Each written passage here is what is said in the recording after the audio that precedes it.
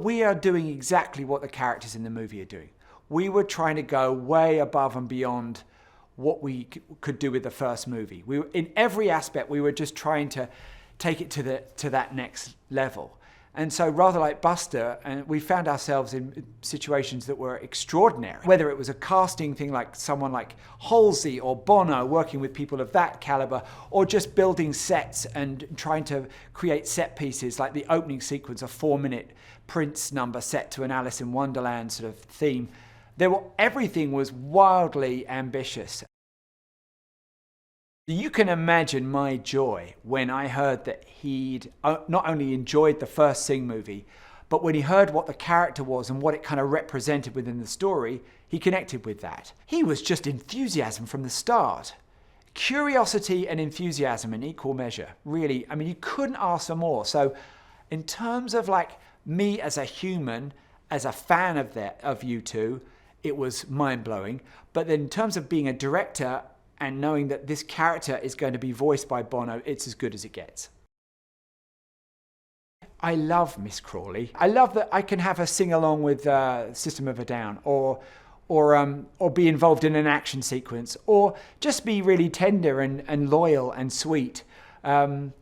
She is sort of ridiculous and delightful in equal measure, and just so much fun to play. It is such a joy to just stand behind a microphone and try and be Miss Crawly. It's lovely. Buster Moon is really just, has been in love with creating something wonderful, creating joy and wonder, and that feeling of sharing it with an audience. That audience and that big show is what Buster Moon is driven by. This magical thing that can happen when you create something, a story, and you put it in front of an audience.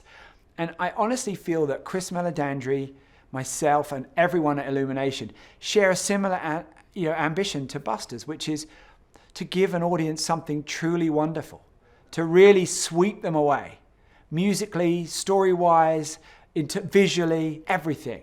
I want, when I go to the cinema, to be swept away. This happens to be a big movie in every sense, emotionally, musically, cinematically, and I think it's something even Buster Moon would be pretty proud of.